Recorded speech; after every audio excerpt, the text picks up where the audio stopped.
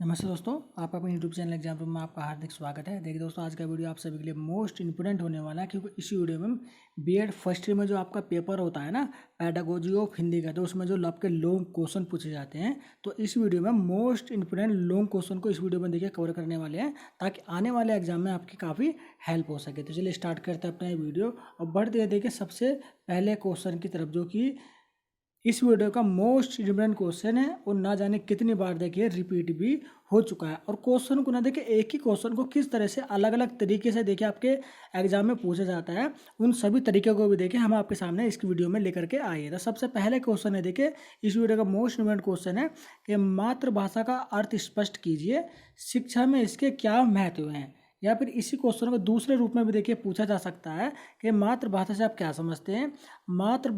भाषा का ज्ञान ही बालक के संपूर्ण जीवन की उन्नति का आधार है, इस कथन को सुधारण सहित स्पष्ट कीजिए। या फिर इसी क्वेश्चन को देखिए घुमाकर पूछा जा सकता है कि मातृभाषा से क्या अभिप्राय है, बालक के विकास में मातृभाषा के महत्व को प्रकाश डालिए। ठीक है, तो ये कुछ देखिए एक ही क्वेश्चन को अलग अलग तरीके से पूछा जा सकता है, लेकिन आपको आंसर जो है वो एक ही तरीके से यहाँ पर देखिए लिख रहे हैं। इस क्वेश्चन को देखिए आप नोट डाउन कर लीजिए।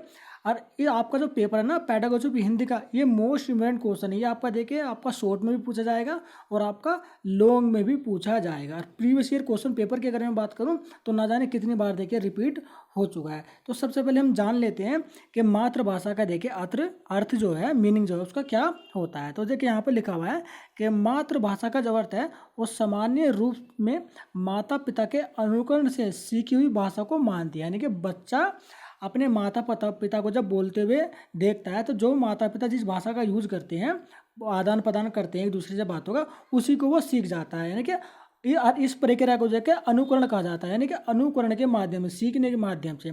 परंतु यह शुद्ध भाषा नहीं है। देखिए जो माता पिता जो आपस में बात करते हैं, वो जो बच्चा उस अनुकरण को भाषा को सीखता है, वह शुद्ध नहीं होती है। जिस परिवार में शुद्ध भाषा का प्रयोग नहीं होता है, वहाँ बालक अपने माता पिता से जो भी सीखता है वह उस समाज स्वीकृति भाषा में भिन्न होता है। यानी कि माता पिता किसी अलग लैंग्वेज में देखिए या फिर किसी गलत भाषा में बात करते हैं, वही भाषा अगर बच्चा सीख लेता है तो वो उसकी मातृभाषा नहीं होती और ना ही उसे समाज स्वीकारता है। तो मातृभाषा होता क्या है उसे भी जान लेते हैं। देखिए माता पिता से जो भी भाषा सीखता है बच्चा, वह उस समाज स्वीकृति भाषा में भिन्न होती है। बिल्कुल सही बात है।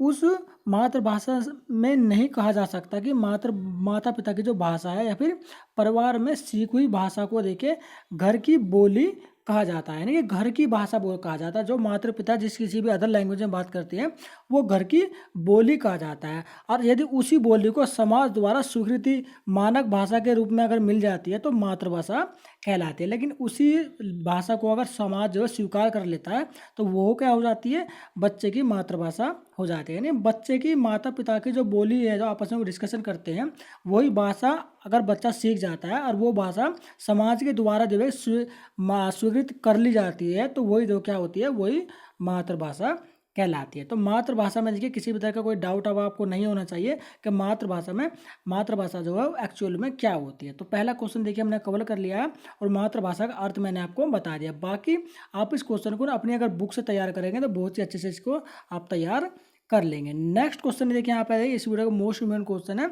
और ये भी देखिए एग्जाम में आपका रिपीट हो चुका है, जिसमें पूछा गया था कि विदेशी भाषा या अन्य भाषा से क्या अभिप्राय है। या फिर इसी क्वेश्चन को दूसरे रूप में पूछा जा सकता है कि वर्तमान सार्वभौमिक के युग में अन्य भाषा के रूप में हिंदी भाषा शिक्षण के क्या उद्देश्य हैं। या फिर पूछा जा सकता है कि माध्यमिक स्तर पर मातृभाषा शिक्षण के क्या उद्देश्य हैं। तो सबसे पहले देखिए हम जान लेते हैं कि विदेशी भाषा या फिर अन्य भाषा जो है वो किस भाषा को कहा जाता है। तो जैसे कि देखिए आप स्क्रीन पर देख रहे होंगे, इसमें देखिए साफ साफ लिखा हुआ है कि किसी देश की दृष्टि से वे सभी भाषाएं जिनका जन्म जो है या फिर विकास उस देश को छोड़कर अन्य किसी देश या देशों में हुआ है, उसे देश के लिए विदेशी भाषाएं कहलाती है। यानी हमारे देश से जो बाहर की भाषाएं जो होती हैं उसे विदेशी भाषा कहा जाता है। जैसे उदाहरण के लिए आपका अरबी, फारसी, रूसी, जर्मन, फ्रेंच, चीनी व अंग्रेजी भाषाएं जो हैं वो हमारे देश की दृष्टि से देखिए विदेशी भाषाएं हैं, क्योंकि हमारे देश में भाषाएं नहीं बोली जाती हैं, तो ये भी सभी भाषाएं क्या होगी आपका विदेशी भाषाएं होगी। इसी प्रकार ब्रिटेन के लिए हिंदी आपका पंजाबी, कश्मीरी, तेलुगु, तमिल, जर्मन, फ्रेंच, रूसी, चीनी भी आपकी विदेशी भाषाएं कहलाएंगी। कि हमारे देश की आपकी जो देशी भाषा है वो कि हिंदी है, आपका तमिलनाडु वगैरह है, आप कश्मीरी है, तेलुगु है, वो क्या होगी आपकी विदेशी भाषाएं होंगी। लेकिन जो अन्य भाषाएं हैं वो आपकी विदेशी भाषाएं हो जाती हैं। तो ये भी देखिए आपका अच्छा क्वेश्चन था, इसे भी देखिए आप अपने अच्छे से नोट डाउन कर लीजिएगा और अपनी बुक से देकर तैयार करिएगा। हम केवल आपको इतना बताना चाह रहे हैं इन आंसर को देकर कि थोड़ा सा आपको आइडिया हो जाएगा कि क्वेश्चन में क्या पूछा गया है और उसका किस तरह से आपको जवाब देना है दोस्तों। ठीक है, चलिए नेक्स्ट क्वेश्चन की तरफ चलते हैं। नेक्स्ट क्वेश्चन हम देखिए काफ़ी इंपॉर्टेंट है, एग्जाम में देखिए ये भी पूछा जा चुका है कि हिंदी भाषा की ध्वनियों का समुचित वर्गीकरण प्रस्तुत कीजिए। या फिर इसी क्वेश्चन को दूसरे तरीके से पूछा जा सकता है कि मातृभाषा शिक्षण में ध्वनि विज्ञान का महत्व स्पष्ट कीजिए। तो ध्वनि विज्ञान को देखिए बहुत ही अच्छे से आप पढ़ के जाइएगा। जितनी भी ध्वनि है आपकी स्वर और व्यंजन है उनका वर्गीकरण आपको किस तरह से करना है उसे भी आप अच्छे से देख के जाइएगा। आपकी किताब में ना ये बहुत ही अच्छे से इसके आंसर जो है लिखे हुए हैं, तो उन सभी को देखिए आप याद कर लीजिएगा। ये वाला क्वेश्चन आप नोट डाउन जरूर कीजिएगा दोस्तों। नेक्स्ट क्वेश्चन देखिए इसमें पूछा है कि हमने कि काव्य शिक्षण के प्रमुख उद्देश्य क्या है। देखिए ये क्वेश्चन भी काफ़ी इंपॉर्टेंट है, एग्जाम में पूछा जा चुका है। और कविता शिक्षण करते समय अपनाए जाने वाले सोपान कौन कौन से हैं और माध्यमिक स्तर पर कविता का शिक्षण करने हेतु किस प्रणाली को अपनाया जाना चाहिए। तो यहाँ पर देखिए आपको काव्य शिक्षण के बारे में आपको पता होना चाहिए, इसके प्रमुख उद्देश्य क्या होते हैं इसके बारे में भी पता होना चाहिए, और माध्यमिक स्तर पर कविता शिक्षण करते समय किस प्रणाली का अपनाया जाना चाहिए। तो ये भी देखिए आपको पता होना चाहिए। इस क्वेश्चन को आप बहुत ही अच्छे से तैयार कर लीजिए। अब हम देखिए थोड़ा सा देखिए आंसर को जानने की कोशिश करते हैं कि आपका काव्य शिक्षण के उद्देश्य क्या होते हैं। तो जैसे कि देखिए आप स्क्रीन पर देख रहे होंगे, यहाँ पर देखिए लिखा हुआ है कि काव्य या फिर कविता शिक्षण के जो प्रमुख उद्देश्य क्या है। तो इसका सबसे पहला देखिए, भाषा में हम कुछ भी पढ़ाएं उस छात्र की जो भाषा ज्ञान में वृद्धि होती है। यानी कि हम कुछ भी अगर पढ़ा रहे हैं तो उसके भाषा के ज्ञान में डेफिनेटली वृद्धि तो होगी होगी, और उन्हें विभिन्न प्रकार का ज्ञान भी प्राप्त होता है। बिल्कुल सही बात है।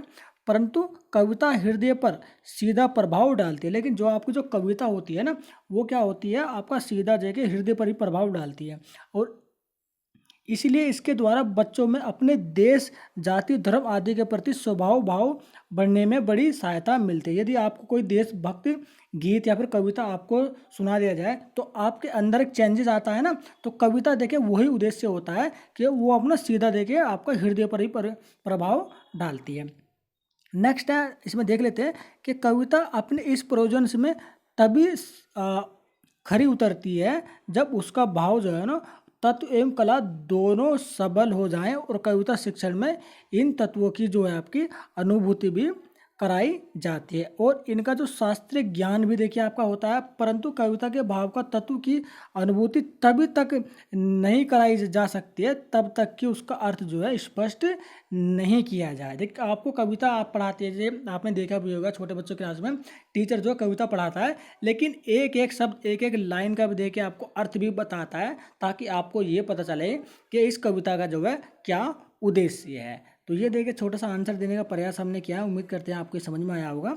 चलिए नेक्स्ट क्वेश्चन पढ़ते हैं। अब इस देखिए ये जो नेक्स्ट जो क्वेश्चन है ना आपका, ये आपका कि कक्षा 8 स्तर पर द्विगु समाज प्रकरण के में शिक्षण हेतु एक आदर्श पाठ योजना के तैयार कीजिए। यानी कि आपको एक लेसन प्लान यहाँ पर देखिए बनाना होगा।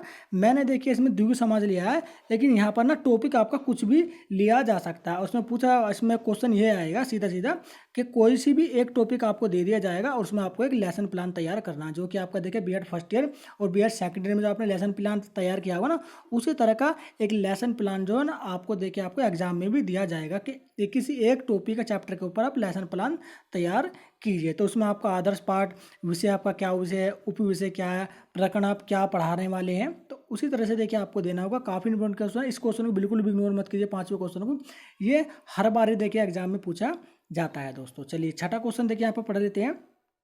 छठे क्वेश्चन में देखिए काफ़ी इंपॉर्टेंट क्वेश्चन है, आपका एग्जाम में ना जाने कितनी बार रिपीट हो चुका है कि सहायक सामग्री का अर्थ स्पष्ट करते हुए उसकी आवश्यकता एवं महत्व पर प्रकाश डालिए। या फिर इसी क्वेश्चन को दूसरे एंगल से पूछा जा सकता है कि शिक्षण सहायक सामग्री से क्या अभिप्राय है, एक भाषा शिक्षक के लिए यह किस प्रकार उपयोगी हो सकती है। तो आपका हम इस वीडियो में पढ़ने वाले हैं, इस टॉपिक में हम पढ़ेंगे, इस छठे क्वेश्चन में पढ़ेंगे कि शिक्षण सहायक सामग्री से क्या अभिप्राय है, इसका क्या मतलब होता है। तो सबसे पहले देखिए इसमें देख लेते हैं, जैसे कि आप स्क्रीन पर देख रहे होंगे, इस शिक्षण को प्रभावपूर्ण बनाने के लिए केवल ध्वनियों एवं प्रध्वनियों का प्रयोग प्राप्त नहीं होता, यानी कि आपके केवल आवाज़ यहाँ पर देखिए काफ़ी नहीं होती है किसी भी पाठ को पढ़ाने के लिए, ठीक है।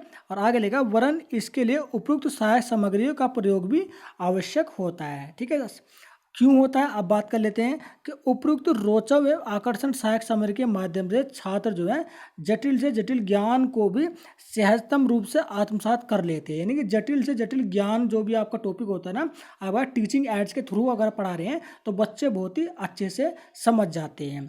वस्तुतः छात्र की विभिन्न इंद्रियों को प्रशिक्षण करके सहायक सामग्री उनके विकास में सहायक सिद्ध होती है। तो देखिए सहायक सामग्री का कितना महत्वपूर्ण योगदान होता है आपका टीचिंग करते समय, उसके बारे में देखिए हमने बता दिया। देखिए किसी भी टीचिंग या चाहे वो आपका पॉइंटर हो या फिर आपका कोई चार्ट हो या फिर कोई ग्राफिक डिजाइन वगैरह हो, उसके थ्रू जब आप पढ़ाते हैं ना, वो तो बच्चों का जो ध्यान जो है ना, वो पता है कि आपका स्टडी पर ही फोकस होता है और बहुत ही ध्यान से, बहुत ही अग्रेसिव होकर देखे, बहुत ही एक्टिव होकर वो उसे पढ़ते भी है और उन्हें बहुत ही अच्छी तरह से समझ में भी आ जाता है। तो सहायक सामग्री के माध्यम से यदि आप किसी भी टॉपिक को, कठिन से कठिन टॉपिक को भी अगर आप पढ़ाते हैं तो बहुत ही अच्छे से बच्चे उसे समझ जाते हैं। तो ये क्वेश्चन काफ़ी इंपॉर्टेंट है और एग्जाम में ना जाने कितनी बार रिपीट हो चुका है। तो दोस्तों 6 क्वेश्चन देखिए हमने इस वीडियो में ऐड किए हुए हैं और यदि आप इन 6 के 6 को तैयार करके जाते हैं तो एक भी क्वेश्चन आपका देखिए बाहर नहीं आने वाला है। ये देखिए मैंने हम लोग क्वेश्चन पढ़ाए हैं, इसके बाद हम आपके शॉर्ट और वेरी शॉर्ट क्वेश्चन की वीडियो भी बहुत ही जल्द अपने यूट्यूब चैनल एग्जाम रूम के माध्यम से देखिए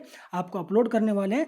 वीडियो पसंद आया तो वीडियो को लाइक देता, अपने दोस्तों और चैप्टर के साथ इस वीडियो को शेयर जरूर कर देगा दोस्तों। और हाँ दोस्तों, मैंने ना अपने यूट्यूब चैनल एग्जाम रूम पर बीएड फर्स्ट ईयर और बीएड सेकंड ईयर के नाम से ना एक प्ले लिस्ट बनाई है, उसमें प्रीवियस ईयर के जितने भी क्वेश्चन पेपर आपसे पूछे गए हैं ना, उन सभी के वीडियो आपको उस प्ले लिस्ट में मिल जाएंगे, तो उसे भी आप बहुत ही अच्छे से देख लीजिएगा दोस्तों। तो चलिए चलते हैं, जल्दी मिलते हैं नेक्स्ट वीडियो में इसी तरीके की लेटेस्ट इन्फॉर्मेशन के साथ। वीडियो को लाइक तथा हमारे यूट्यूब चैनल एग्जाम रूम को सब्सक्राइब जरूर कर दीजिएगा दोस्तों।